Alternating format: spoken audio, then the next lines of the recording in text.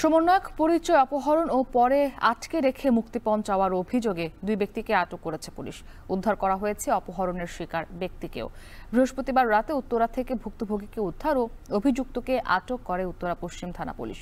এর আগে বৃহস্পতিবার দুপুর 12:30টায় রাজধানীর উত্তরার একটি বেসরকারি প্রতিষ্ঠানে হামলা চালায় কয়েকজন। মালিককে না পেয়ে ওই প্রতিষ্ঠানের ম্যানেজারকে মোটরসাইকেলে করে তুলে নিয়ে যায় তারা। পরে আটকে রেখে চাওয়া হয় 10 কোটি টাকা মুক্তিপণ। অভিযোগ পেয়ে অভিযানের নামে পুলিশ। রাতেই আটক করা হয় মূল অভিযুক্ত কাজী জুবায়ের সহ দুইজনকে। পুলিশ জানায়, আগেও বৈষম্য বিরোধী আন্দোলনের সমন্বয়ক পরিচয় দিয়ে চাঁদাবাজির অভিযোগে গ্রেপ্তার হয়েছিলেন জুবায়ের। অপহরণ ও মুক্তিপণ চাওয়ার এই ঘটনায় মামলা হয়েছে উত্তরা পশ্চিম থানায়। গ্রুপের বাকি সদস্যদের ধরতে অভিযান অব্যাহত রাখার কথা জানায় পুলিশ। আমাদেরকে জানানোর পরে আমরা তাদেরকে গ্রেপ্তারের চেষ্টা করি এবং ভিকটিম উদ্ধারের চেষ্টা করি।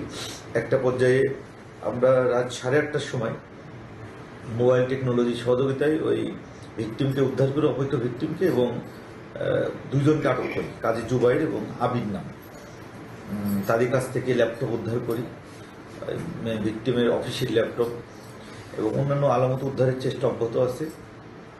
তো তাদের কাছে টাকা যে 10 কোটি টাকা দাবি করছিল, এটারও আমরা সত্যতা পাই, এভিডেন্স পাই এবং কিছু ভিডিও ফুটেজ পাই।